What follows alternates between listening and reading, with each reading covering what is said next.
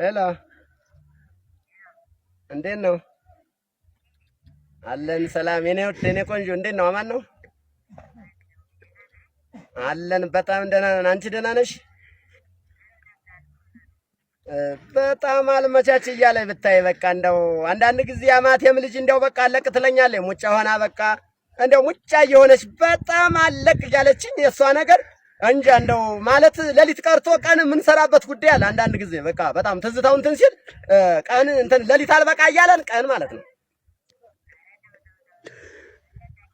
ያው ግን እንደው በጣም መሆን የሌለበት ነገር ነው። ያው አንዳንድ ጊዜ ደግሞ ያው መቼም ትዕግስትና ጊዜ መኖራት ስላለበት ነው ጊዜ ስለሚያጥረኝ እንጂ መቼም አንቺን የምረሳበትና የምችልበት አንጀት የለኝም።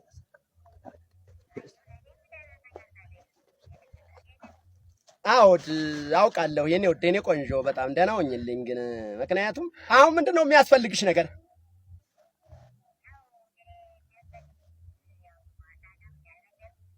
አዎ ባለፈ ነግረሽኛል። ቢያንስ የሁለት ወር ኪራይ ይዘጋለሁ መሬት ካርታ ላይም እንዲያውም መሬት ካርታ ላይ ሁሉ አውልሻለሁ የሚለውም ትክክለኛ ብያለሁ። መሬት ካርታ ላይ ያው አውልሻለሁ በቃ ባለው ነገር ምናምን የሚለውን ሁሉ ነው ትክክል። ለዚያው ተግባር እንኳን መሬት ካርታ ላይ ቀርቶ ገናኛውን ወዴት እንገባለን? ወደ ፊርማ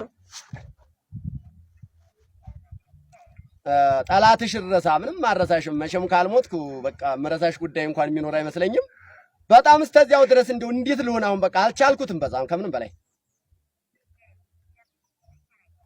ነው እኔ በቃ አሁንም ያለሽ መስሎኝ በቃ ልክ አልጋው ላይ ሁሉ ሰዋኝ ነው የማድረው። አንዳንድ ጊዜ አልጋው ላይ ሰዋኝ ስዳብስ ያው አንዳንድ ጊዜ በቃ እውነት ልበልሽ ሰዋኝ ነው የማድረው። በቃ በጣም ከምንም በላይ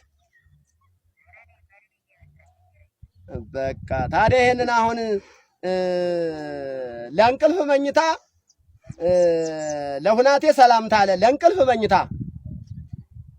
ለፍቅር ሁኔታ ይባላል። አሁን ይህም ታዲያ እንዴት አድርገን አሳልፈንስ ነው መሆን የምንችለው? ስና እንደው ናፍቆታችንስ የምናስወጣው እንደው በጣም እኮ ነው ከምንም በላይ እንደው እኔ ባላይሽ ወይንም ባላገኝሽ ቢሆን የሚለውን በጣም እንደው ከምንም በላይ በቃ እኔ እንጃ። አንቺን አገኘው ማለት ተመድኃኔዓለም ተገናኘው ማለት ነው። በቃ የኔ ውድ የኔ ቆንጆ አሁን የወር ኪራይ ደርሶብሻል ወይ? ይከፈል ወይ? ምንድነው? ምን ያስፈልጋል? ምንድነው አሁን እንደው የሚያስፈልገው ነገር? አሁን ይሄንን ትነግሪኛለሽ እንደው ምንም ሳትጠራጠሪ። በስመ አብ አንቺ ማስተኝተሽዋል ይጭራሽ 2 ወር። አዎ እውነት ነው ችግሩ። ልክ ነሽ፣ ይታወቃል። ይሄ መቼም በየገጠሩ ሆነ በየሁናቴው ትክክለኛ